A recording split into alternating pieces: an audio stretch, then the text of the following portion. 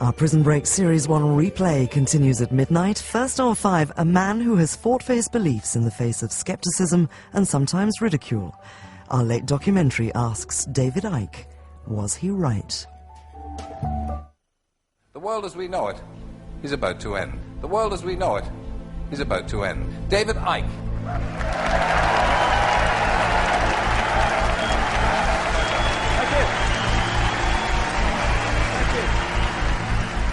The greatest form of control is where you think you're free when you're being fundamentally manipulated and dictated to. One form of dictatorship is being in a prison cell and you can see the bars and touch them. The other one is sitting in a prison cell but you can't see the bars, so you think you're free. What the human race is suffering from is mass hypnosis. We are being hypnotized by people like this. Newsreaders, politicians, teachers, lecturers. We are in a country and in a world that is being run by unbelievably sick people. The chasm between what we're told is going on and what is really going on is absolutely enormous. The greatest hypnotist on planet Earth is a oblong box in the corner of the room. It is constantly telling us what to believe is real.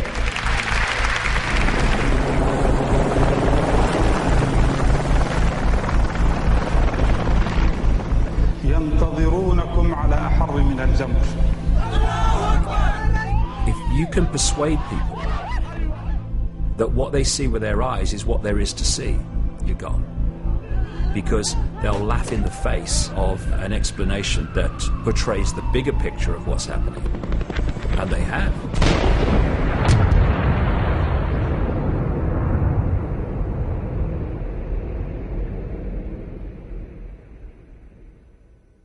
Let me get the story right. The press claim that you claim to be the Son of God. Mm-hmm.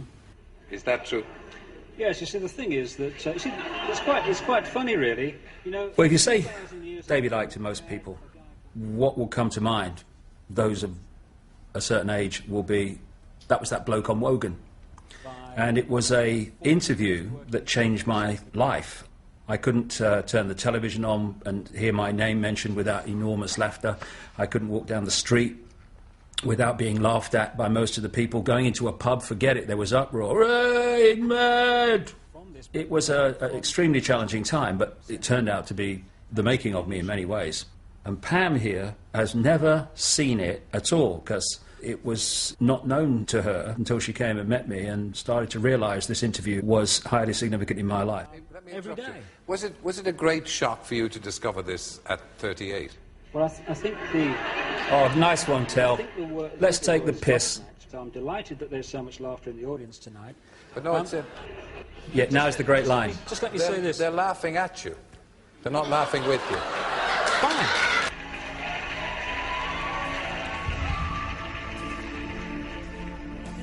For me, watching that, I find it really painful to hear an audience laugh at anyone.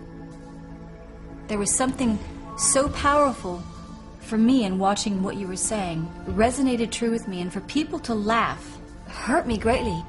And these other energies have a frequency. I remember one day going out to fetch the washing in, and there was a camera outside filming you just getting the washing in off the line and bringing it in up to the house. And people shouting from the top of scaffolding, "Oi, nutter," "Oi, Jesus," or "Where's your Bible," or whatever. Your family's this, your dad's mad, blah, blah, blah. Whatever the headline was that day, you know. You'd walk around and you'd hear laughing and stuff like that, and it got to the point where you realised that it was because of you knew that, you know. I can remember Gareth coming home one day and saying, some boy had said, "Your dad's mad." So Gareth said, "So's yours." And this boy said, "But you don't know my dad." And Gareth said, "Exactly." The hardest thing for me about the whole business that followed the Wogan show was the effect on my family. They were being laughed at, they were being ridiculed, they were being followed to school by journalists and stuff like that. But when I look at my kids now, not Jamie, he wasn't around at the time, obviously, but Gareth and Kerry, they are what they are, as we all are, not despite what had happened to them and what they experienced, but because of it. What life tends to do is hide its greatest gifts and present them as your worst nightmare. The mass ridicule that I had as a result of the Wogan show set me free of the prison that most people live in, which is the fear of what other people think. You're looking at the person who has gone on national television and radio in Britain, America, and talked about the fact that the elite families, including the royal family, are beyond the 5 sense level of their apparent human body, not human as we would perceive human. And they seem to take on that level beyond human sight a reptilian form. Now, if you are in any way in fear of what other people think of you, no way, Jose, are you going to start talking and writing about those things.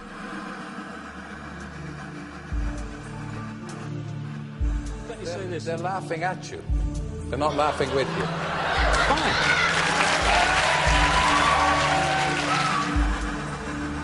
Laughing at you. They're not laughing with you. They're not laughing with you.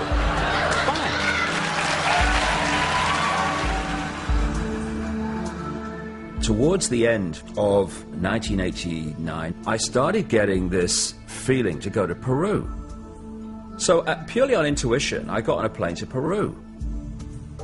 I'm daydreaming, looking out the window. It's like a transit van thing with windows. Suddenly I saw this mound. And as I looked at the mound, all I got in my head was, come to me, come to me, come to me, come to me, over and over. And I'm thinking, that mound's talking to me. What's happening? I walked up the mound, and when I got to the top, there was a circle of standing stones. And I walked to the center of this circle, and suddenly my feet started to burn. It's like I'm plugged into the mains. I mean, I'm kind of shaking. And then I heard this line go through my head really clear. First of all, they will be talking about this 100 years from now. And secondly, it will be over when you feel the rain. And then the rain hit me, and it was like, boom, off. I was never the same again. What started to happen was concepts were pouring into my mind. It was like my mind got to the point where it could no longer filter this information that was pouring into me. And that was the period that I hit the Wogan show.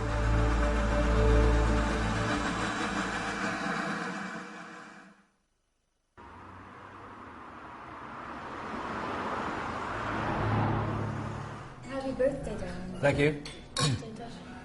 First off, I'd like to give you your birthday card.